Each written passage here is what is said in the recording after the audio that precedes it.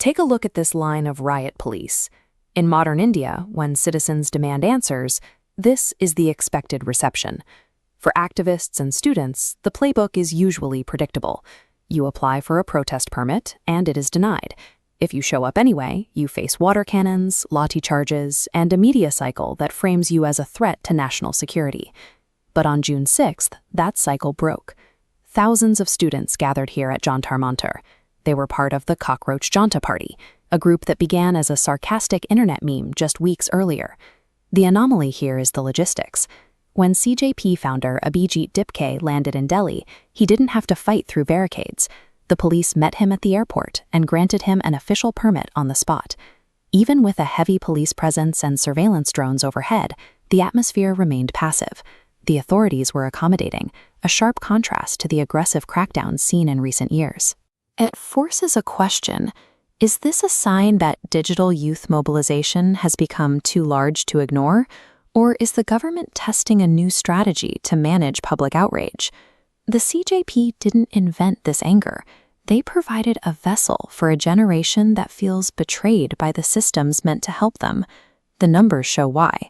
In 7 years, India has seen 70 exam leaks. 1.7 crore aspirants wasted efforts competing for a tiny pool of seats. Even for those who make it, 80 to 90% of engineering graduates are deemed unemployable by the market. That systemic failure drove students to Delhi. They paid their own way and stood in 40-degree heat, bypassing traditional political organizations to demand accountability. The movement gained further legitimacy when figures like Sonam Wangchuk arrived from Leh, bringing mainstream attention to a group that began on Instagram. This organic alignment of students and activists created a direct challenge for Education Minister Dharmender Pradhan, whose resignation became the central demand of the day. While the students marched, the traditional political opposition watched with skepticism. Their grievance is based on a double standard. Student wings like the NSUI have been arrested and hit with water cannons for protesting these same paper leaks, while the CJP was given what looked like a VIP pass. This disparity is explained by the safety valve theory. When public anger threatens stability, the state pivots. Instead of a crackdown leading to an explosion, they open a controlled avenue for protest. Allowing steam to escape brings internal pressure back down to a manageable level.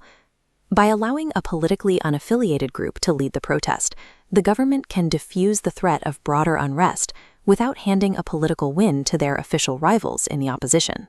In this context, the permitted protest at Jantar Mantar may not be a sign of the government's retreat, but a calculated move to keep the situation from spiraling.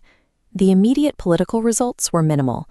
The 5 p.m. deadline passed, the education minister did not resign, and the CJP currently lacks the infrastructure to force a change in policy. However, the protest's success was visible in how the crowd handled provocation. When bad actors tried to disrupt the event, the students remained peaceful and refused to be drawn into a confrontation. They rejected the usual political bait. When attempts were made to shift the focus to religious or nationalist slogans, the students kept the conversation strictly on their education and their futures. For these students, showing up was a rejection of a specific label. For years, demanding accountability was often framed as an anti-national act.